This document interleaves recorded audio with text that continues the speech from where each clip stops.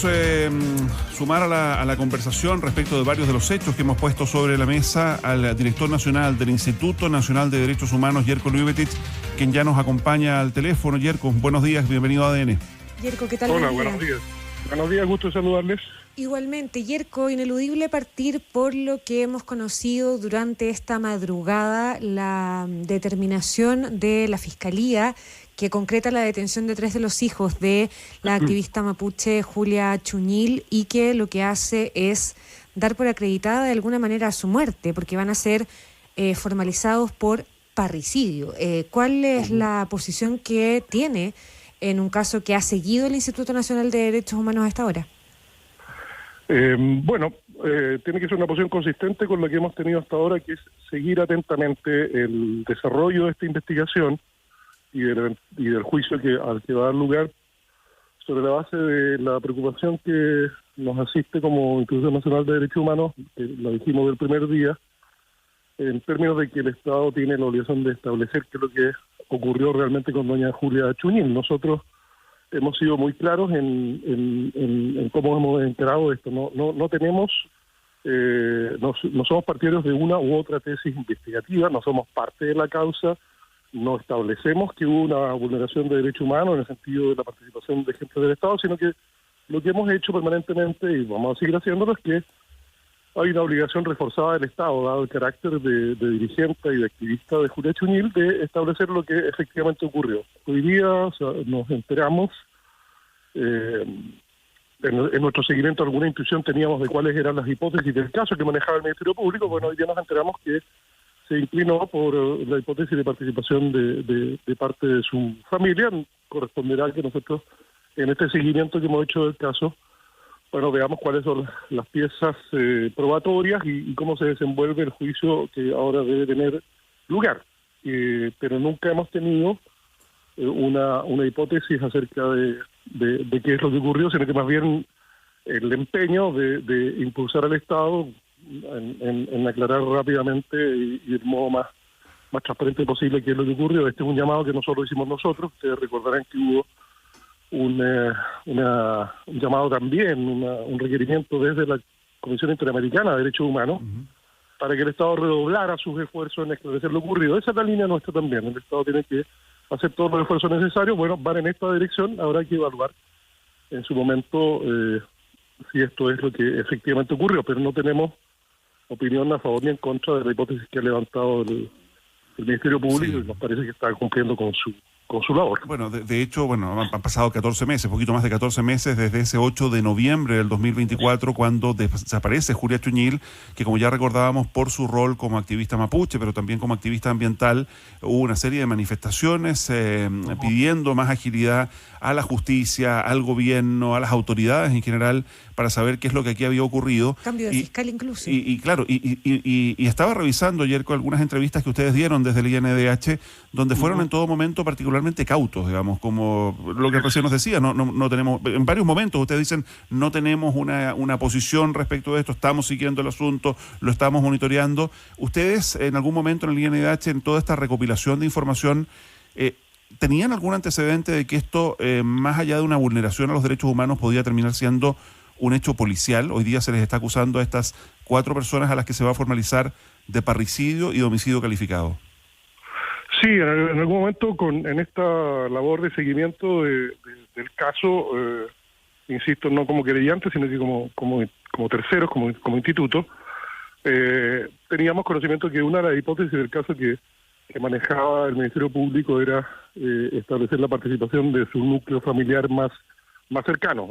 Estábamos conscientes de que esta era una línea investigativa, entre otras, que el Ministerio Público estaba siguiendo. Hay que recordar que también se levantaron otras hipótesis sobre la participación de un tercero del empresario del sector. Bueno, todas esas hipótesis estaban presentes y lo que hace el Ministerio Público en estas materias, es ir decantándose por una u otra en la medida en que van surgiendo los antecedentes que puedan acreditarlo. Ahora, la única novedad es que dentro de esa hipótesis se inclinaron por ahora que evaluar cuáles son los antecedentes, pero se inclinaron por esta, y insisto, es lo que se espera de un Ministerio Público, que establezca finalmente la responsabilidad. Lo que a nosotros nos importaba, por lo que tú decías, Mauricio, del carácter de activista y de dirigente de la señora Chuñil, simplemente que el Estado cumpliera con su responsabilidad de establecer lo ocurrido. ¿Qué es lo que ocurrió? Bueno, nos estamos aparentemente aproximando a una cierta conclusión, habrá que verla ahora en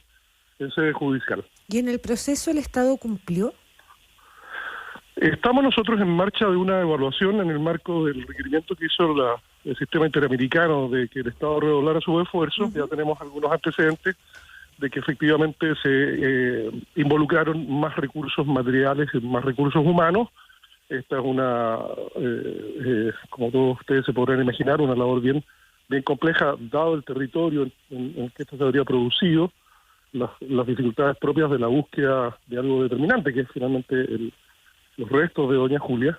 Y tenemos la impresión de que se involucraron esfuerzos importantes. Al final de nuestro informe podremos establecer si hubo efectivamente un empeño a la altura por parte del Estado, incorporando recursos policiales, investigativos, herramientas e instrumentos de búsqueda.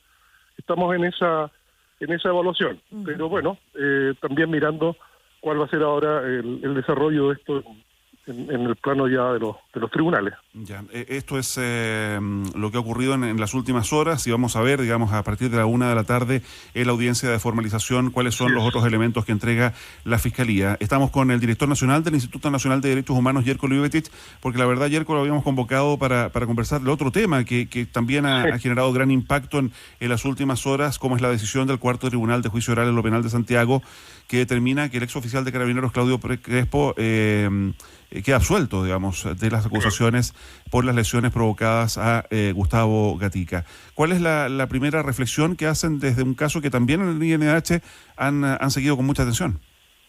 Sí, en este caso, a diferencia del anterior, sí nos asistía la convicción necesaria como para habernos hecho parte, y hemos sido parte querellante en este asunto junto al Ministerio Público. Y en ese sentido, el resultado que vimos ayer, yo creo que lo primero que produce desde el punto de vista de la institución una preocupación importante. En el sentido de que el tribunal estableció, sin lugar a dudas, de que el querellado fue quien, haciendo uso fuera de norma de escopeta antiperdigones, provocó las gravísimas lesiones y vulneraciones de derechos humanos de Gustavo Gatica, con las consecuencias que todos conocemos. Lo que uno esperaría es que si un tribunal constata que eso fue así, bueno, se asumieran las sanciones y las responsabilidades pertinentes, pero se produce esta situación de que la incorporación de los elementos de lo que hemos conocido como la ley Naim Retamal, desde el punto de vista de las alegaciones del contexto de la época y de una ampliación de la exención, por llamar de algún modo, de responsabilidad carabinera, bueno, el resultado es que tenemos una persona que se acreditó que actuó de un modo absolutamente reprobable y fuera de norma, y que provocó las gravísimas consecuencias, pero que el tribunal determina su absolución aplicando las normas pertinentes. Eso como resultado, a nuestro juicio, es preocupante, no solo en este caso, sino que nos deja preocupados acerca de cuál va a ser la suerte de muchos otros casos que hoy día se ventilan en tribunales que tienen que ver con una época que fue definida en su momento como la más grave crisis de derechos humanos que ha vivido la República desde el término de la dictadura, que arrojó como resultado, voy a citar solo uno, más de 460 personas con gravísimos daños oculares. Entonces uno queda con toda razón preocupado. Estamos analizando esto, cuáles van a ser sus implicancias y consecuencias respecto a otras causas que se están llevando adelante para establecer responsabilidades y sanciones por las gravísimas lesiones que se provocaron a muchas personas a lo largo del país en el contexto de la crisis social. Sin embargo, ya vamos a hablar más en profundidad de la ley Naim Retamal y el impacto que en este caso pudo haber tenido, pero los jueces ayer, usted varias veces dice el uso de la escopeta o el actuar de Claudio Crespo fuera de norma, pero es precisamente una de las cosas que le cuestiona el tribunal a la Fiscalía, de que no fue capaz de demostrar de alguna manera qué norma o qué reglamento había incumplido Claudio Crespo, y ahí pone sobre la mesa no solo porque la Fiscalía apuntaba no solo a los reglamentos escritos, sino también a las instrucciones verbales, etcétera. Por lo tanto, ese es un cuestionamiento al trabajo del Ministerio Público.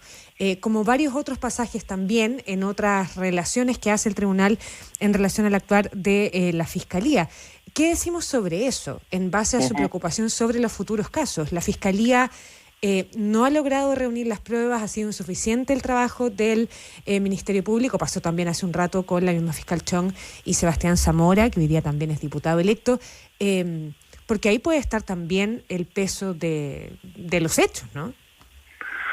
Sí, yo creo que es una razón adicional para tener preocupación desde el punto de vista del Instituto y una perspectiva de derechos humanos sobre lo que vaya a ocurrir, porque, mira, el actuar de las fuerzas policiales, especialmente las de Carabineros... Pero perdón, ayer se decía incluso que la Fiscalía debió haber apuntado al dolo y no a la culpa, o a la culpa y no al dolo, que no ocupó las herramientas necesarias para poder demostrar con pruebas que efectivamente, más allá de que el tribunal dice Crespo fue el que disparó, fue el que cegó a Gustavo Gatica y hay que condenarlo por aquello, digamos, ¿no? Sí, bueno, eso es una evaluación que todos tenemos derecho a hacer sobre cómo se hicieron las cosas, pero lo que me importa destacar aquí es nuestra preocupación sobre una cierta no consideración de otros elementos, de otros instrumentos internos de Carabineros, que no son estrictamente aquellos reglamentos que aplicó como restrictivamente el tribunal, que son los que le dan cuerpo y concretan todos los criterios de actuación de los funcionarios.